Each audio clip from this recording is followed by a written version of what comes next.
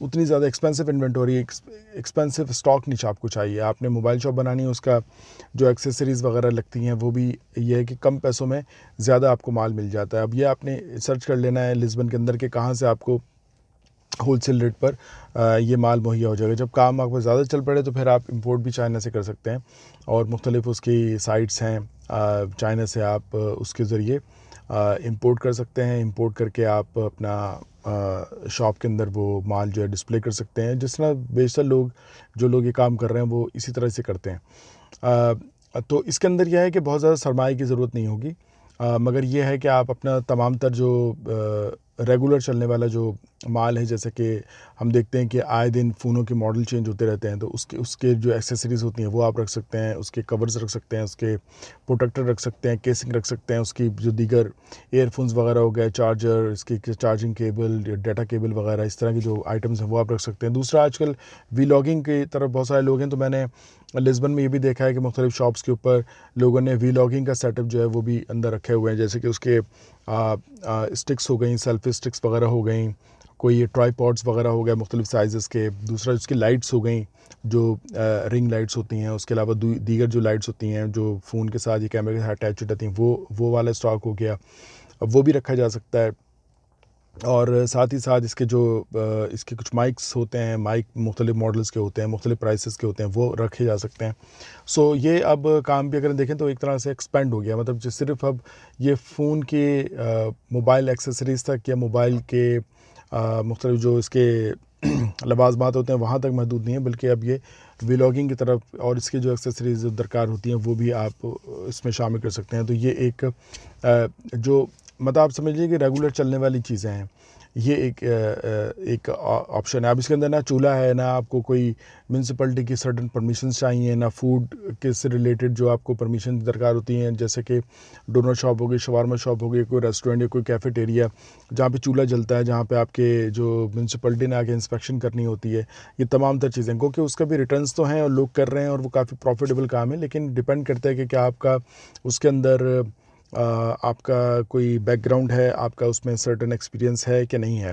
تو جیسے کہ میں نے آپ کو بتایا کہ سروسز میں, اب جیسے یہ ویڈیو میں بزنس کے اعتبار سے بنا رہا ہوں کہ بزنس کے کون کون سے آپشنز ہیں, تو جیسے کہ میں نے بتایا کہ سروسز کا جو شعبہ ہے وہ بھی آپ کا سیلف امپلائڈ ہوتا ہے, جس میں آپ 89 آرٹیکل کے اندر کوئی بھی بزنس کریں گے. 89 آرٹیکل کے اندر آپ کو آپ یہ سمجھ لیجیے کہ اگر آپ فائل اپنی سبمٹ کر رہے ہیں, اپنی ایکسپریشن آف انٹرسٹ سبمٹ کر رہے ہیں سیف کو, تو وہ تو آپ آرٹیکل 89 کے تھرو کر سکتے ہیں. لیکن اگر آپ کہیں جاب بھی کر رہے ہیں آرٹیکل 88 کے اندر, آپ نے آلریڈی فائل جمع کرائی ہوئی ہے اور آپ نے کانٹریکٹ لیا ہوا ہے, تو آپ اب اپنی ایکٹیویٹی کرنا چاہتے ہیں, یعنی کہ کوئی بھی بزنس کرنا چاہتے ہیں, چاہے وہ سروسز کا ہو یا کوئی اسٹور بنانا ہو, تو پھر آپ اس کے لیے اپنے فائنینس میں جا سکتے ہیں.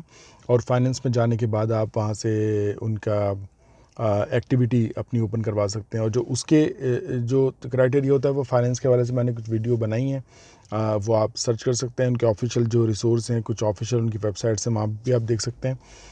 میں نے جو اپنی ایکٹیویٹی اوپن کروائی وہ بھی میں نے فائنینس آفس سے ہی کروائی تھی لسبن میں. سو وہاں سے آپ جا کے فائنینس آفس سے ایکٹیویٹی اپنی اوپن کرا سکتے ہیں اور پھر اپنا جو بھی بزنس ہے آپ وہ کر سکتے ہیں.